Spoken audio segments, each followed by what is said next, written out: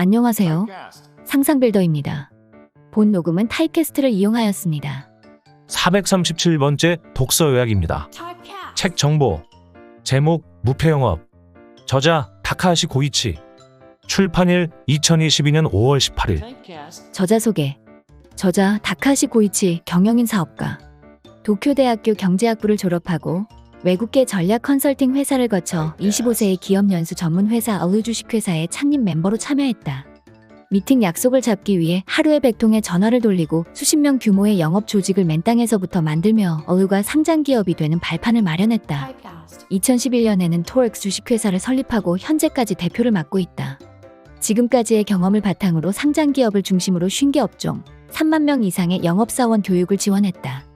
행동 변화를 촉구하는 구조적인 접근법을 바탕으로 매년 200회의 연수와 800건의 컨설팅을 시행하는 일본 최고의 영업 전문가다. 니케이 비즈니스의 과장급 연수인 TH 영업력에서도 메인 강사를 맡고 있으며 지난 8년간 프레젠테이션 승률 100%를 기록하고 있다. 책에서 얻은 내용. 고객의 생각과 어긋난 영업은 절대 승리할 수 없다. 승률 100%, 3만 영업인의 멘토 다카하시 고이치의 백전백승 영업 바이블. 지피지기면 백전불태라는 말이 있다. 전투와도 같이 치열한 영업 현장에서 고객을 파악하는 일이 무엇보다 중요하다는 것은 익히 알려진 사실이다. 그러나 수많은 영업인이 자신도 모르게 고객의 생각과 어긋나는 실수를 저지르고 만다. 고객의 기대에 부응하지 못해 영업 실패를 부르는 포인트는 무엇일까? 또 고객과의 틈을 좁혀 성공하는 영업 사이클을 구축할 방법은 무엇일까? 무패 영업 은생각처럼 잘 되지 않는 영업이 고민인 사람들과 영업력 향상을 위한 시스템을 만들고자 하는 조직의 불패의 영업 노하우를 전한다. 과학적이면서 저자의 경험으로 검증된 영업의 기술은 3가지 질문법과 4가지 능력으로 이루어져 있다. 8년간 영업 승률 100%를 자랑하는 영업의 최고수 다카하시 고이치는 이 책을 통해 영업력 향상에 결정적인 역할을 하는 그 질문법과 능력의 개발 및 활용법을 상세히 알려준다. 구체적인 통계 자료와 검증된 시스템을 기반으로 겉으로 봐서는 좀처럼 알기 어려운 고객의 속마음을 깊이 파고들어 결국 고객을 내 편으로 만드는 궁극의 영업 기술을 소개하고 있다. 법인 영업 담당자는 물론 일반 영업사원, 프리랜서, 창업가, 개인 사업자까지 고객의 마음을 사로잡고자 고군분투하는 모든 이들에게 더없이 유용한 가이드가 될 것이다. 성공하는 영업의 비결은 하나다. 고객의 생각과 어긋나지 않는 것. 저희 상품은 차별성이 없어요. 가격이 비싼 편이라 경쟁력이 떨어져요. 영업의 벽에 부딪힌 사람들은 갖가지 문제점 앞에서 이렇다 할 해결책을 찾지 못해 고심한다. 영업의 핵심은 무엇일까? 왜 어떤 이들은 엇비슷한 상품을 남들보다 비싼 가격에 팔아도 수주에 성공할까? 그 비결은 고객 이해에 있다. 영업의 비결이 고객에 대한 이해라는 말은 어찌 보면 뻔하게 느껴질 수 있다. 하지만 생각보다 많은 영업인이 번번이 고객의 생각과 어긋나는 실수를 저질러 수주에 실패하고 만다. 판매와 구매로 입장이 나뉘는 순간 발생하는 정보의 틈을 좁히지 못했기 때문이다. 판매하는 입장에 있는 사람은 목표 실적과 주력 상품, 판매 방침 같은 정보에는 통달했을지 모르지만 정작 고객이 가진 배경 정보에 대해서는 제대로 알기 어렵다. 따라서 본인의 영업이 고객과 어긋났다는 사실을 알아차리기도 어려울 뿐더러 이를 깨달았다고 하더라도 자기 입장을 솔직히 답해주는 고객은 드물기 때문에 정보의 틈은 갈수록 더 커지게 된다. 무패 영업은 바로 이 정보의 틈을 극복하는 것이 성공적인 영업의 핵심이라고 말한다. 저자인 다카하시 고이치는 이 책을 통해 영업인과 고객이 자주 어긋나는 지점을 소개하고 그 간격을 좁히기 위해 어떤 방법이 필요한지 그 노하우를 전달한다. 3가지 질문법과 4가지 능력으로 어긋난 영업을 바로잡아라. 무패 영업은 저자의 개인적인 경험과 성공 수기에만 집중한 여타 영업 서적과는 다르다. 설문조사를 통해 고객이 쉽사리 말해주지 않는 속마음을 구체적인 데이터로 정리하고 이를 기반으로 체계적인 영업 프로세스를 안내하는 책이다.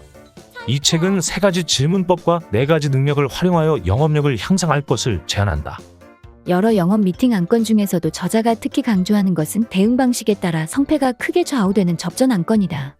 영업인의 수완을 발휘할 수 있는 접전 안건이야말로 노력에 따른 가성비가 높아 영업력을 단련하기에 좋고 결과적으로 실패 확률을 큰 폭으로 감소시킬 수 있기 때문이다. 접전 안건을 파악하고 4가지 능력을 영업 모델에 맞게 활용하면 수주율을 크게 늘릴 수 있다. 무패 영업을 위한 4가지 능력은 다음과 같다. 첫째는 고객을 깊이 이해하는 질문력이다. 앞서 언급한 3가지 질문법이 포함되어 있는 이 능력은 고객의 필요와 불편을 파악하기 위해 매우 중요하다. 여기에서는 고객과의 대화를 이끌어가는 방향과 단계별로 확인해야 할 사항과 주의사항 등을 구체적으로 제시하여 독자들의 실질적인 활용을 돕는다. 둘째는 고객에게 필요한 존재가 되기 위한 가치 소구력이다. 고객이 기꺼이 자신의 정보를 공개하고 싶도록 만들기 위해서는 마음의 벽을 허물고 신뢰감을 높여야 한다. 이 책에서는 고객에게 제공할 수 있는 가치의 유형을 4가지로 분류하여 각각의 가치 소구 방법을 예시와 함께 소개한다. 셋째는 고객의 의사 결정을 돕는 논리 구성력이다. 질문력과 가치 소구력을 기반으로 단단해진 고객과의 관계를 헛되이 하지 않도록 논리적인 제안으로 영업을 성사시키는 능력이다. 이 부분에서는 수주를 가로막는 상황을 3가지로 나누어 상황별로 성공적인 제안을 할 수 있도록 체계화된 프레임워크를 제공한다. 넷째는 고객과 함께 계획을 진행해 가는 행동력이다. 영업이 순차적으로 잘 진행될 수 있으려면 행동의 타이밍과 횟수를 적절히 조절하는 능력이 필요하다. 고객의 필요에 알맞게 반응하며 영업의 모든 단계를 고객과 발맞춰 진행하는 것이다. 여기에서는 영업 제안의 생산성과 재현성을 향상시키는 활동 사이클을 소개한다. 수줍음 많은 학생에서 영업의 참맛을 아는 최고수가 되기까지. 저자 다카하시 고이치의 영업 특강에는 늘 객석을 꽉 채울 만큼 많은 영업인이 찾아온다.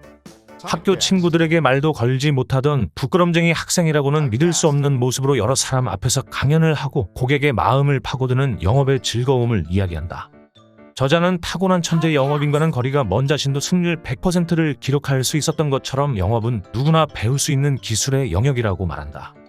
무패 영업에는 저자가 맨 땅에서부터 직접 부딪히며 깨우쳐온 어긋난 영업을 바로잡는 기술이 상세하게 담겨 있다. 정말 이 책의 노하우로 수주율을 높이고 영업에 성공할 수 있을지 의아했던 독자들은 책을 덮을 때쯤 그 생각에 어긋남이 어느새 바로잡혔음을 확인할 수 있을 것이다. 영업사원의 개성과 상품은 각기 다양하지만 영업사원과 고객의 생각이 어긋나는 부분은 보편적이고 본질적이다. 어긋난 부분을 깨닫고 바로잡는 영업력은 영업 활동만이 아니라 일이나 인생의 다양한 순간에서 당신을 도와줄 강력한 무기가 된다. 그리고 영업력은 기술이므로 포인트만 정확히 잡으면 누구나 배울 수 있다.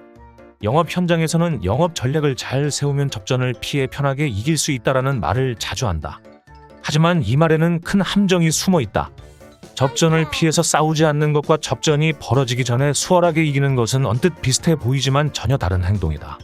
접전을 계속 피하기만 하면 마치 근육이 다 빠져 쇠약해지듯이 영업력이 약해질 수 있다.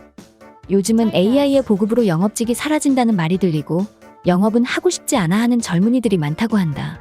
다들 큰 오해를 하고 있는 것은 아닐까? 영업을 전문으로 하는 영업직은 확실히 AI가 보급되면 줄어들지도 모른다. 하지만 앞으로 개인화 시대라는 풍조가 강해지면 사람의 마음을 움직이는 영업력의 필요성은 더욱 높아질 것이다. 조직이 개인을 지켜주던 시대는 이제 막을 내리고 각자의 생존력이 중요해지는 가운데 개인이 가진 영업력은 든든한 무기가 된다. 고객의 선정 기준에서는 무조건 타사보다 저렴한 기보다 가성비가 좋아야 한다는 점이 더 중요하지만 그 사실을 솔직하게 말해주지 않는다. 고객의 신뢰를 얻으려면 고객의 상황을 잘 이해하는 영업사원이 되어야 한다. 고객과 영업사원 사이에는 큰 정보의 틈이 존재하고 이 틈이 둘의 생각을 어긋나게 함으로 정보의 틈을 메우는 소통을 하고 고객을 이해하고 신뢰를 얻어야 한다. 고객과 영업사원 사이에 존재하는 정보의 틈을 뛰어넘어 수주를 늘리기 위한 첫걸음은 안건이나 세일 전 미팅을 완승, 접전, 참패로 나누는 것이다.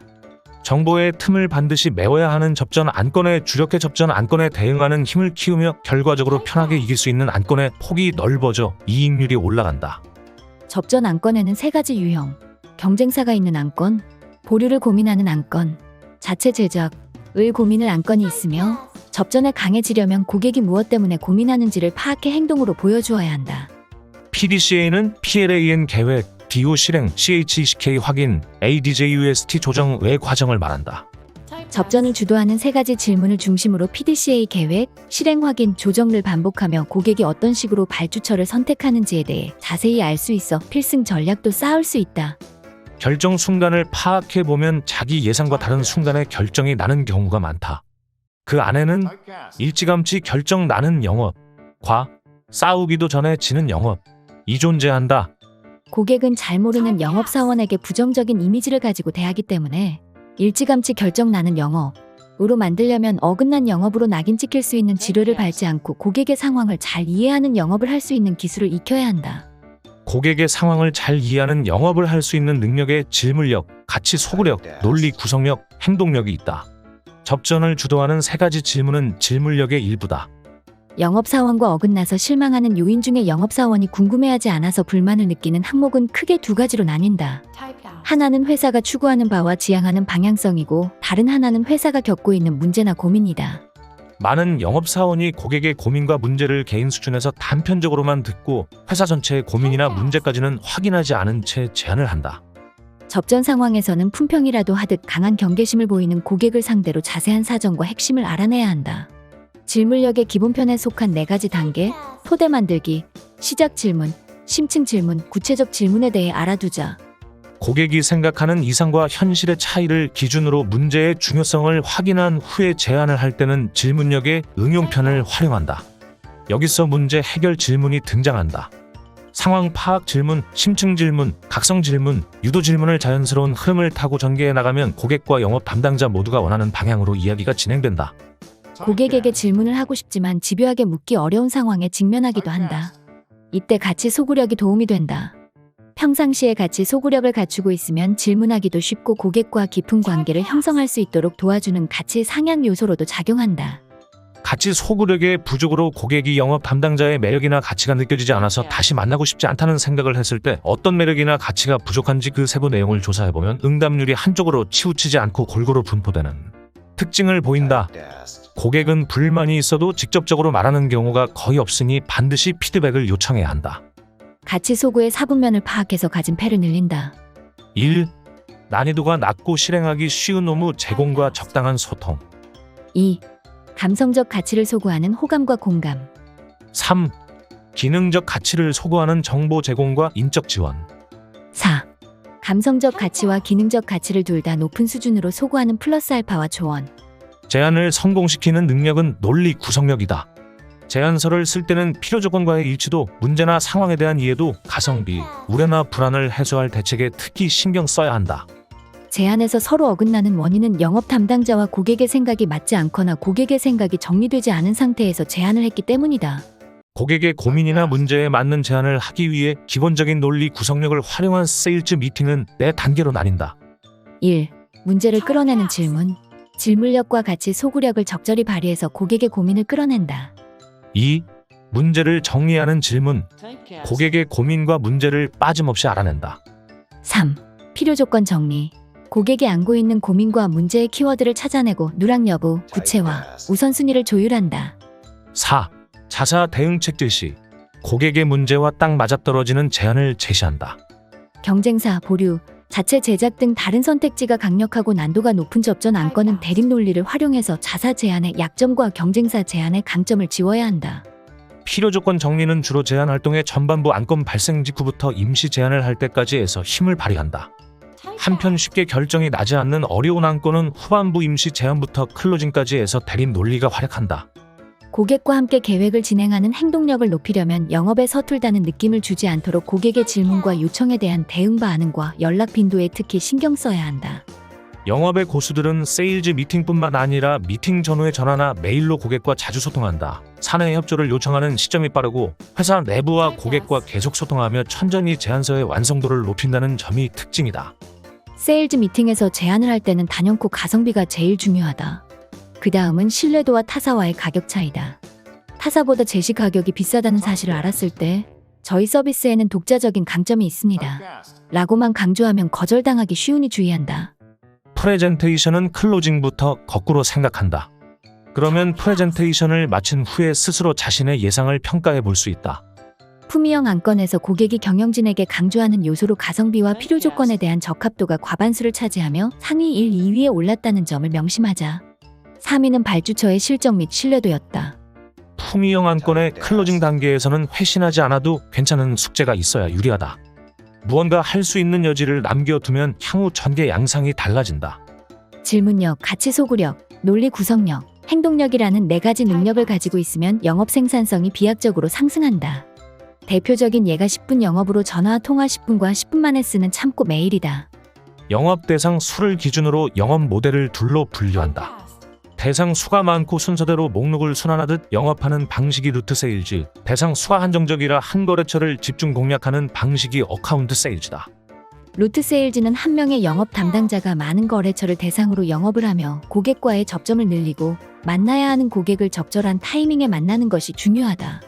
4가지 능력 면에서 보면 질문력, 가치 소구력, 행동력을 중심으로 영업을 하고 이 3가지 능력이 논리 구성력에 영향을 미친다.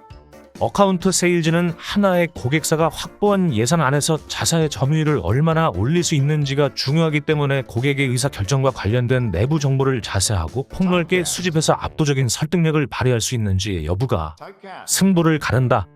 질문력, 가치 소구력, 논리 구성력이 중심이며 이 활동의 효율성이 행동력으로 나타난다. 자신의 강점을 잘 살릴 수 있는 고수가 되기 위해 루트 세일즈와 어카운트 세일즈를 각각 세분화한다. 루트 세일즈는 건수 확보형, 고품질 루틴형, 고객 친화형, 개선 노력형으로 나뉘고 어카운트 세일즈는 톱다운형, 인맥 구축형, 문제 이해형, 아이디어 승부형으로 나뉜다. 마치며 처음에는 대인 기피증을 극복하고자 시작했던 돌방 영업과 전화 영업 아르바이트가 나도 모르는 사이에 비즈니스에 필요한 경험의 중요성과 궁리하고 개선하는 즐거움을 가르쳐 주었다.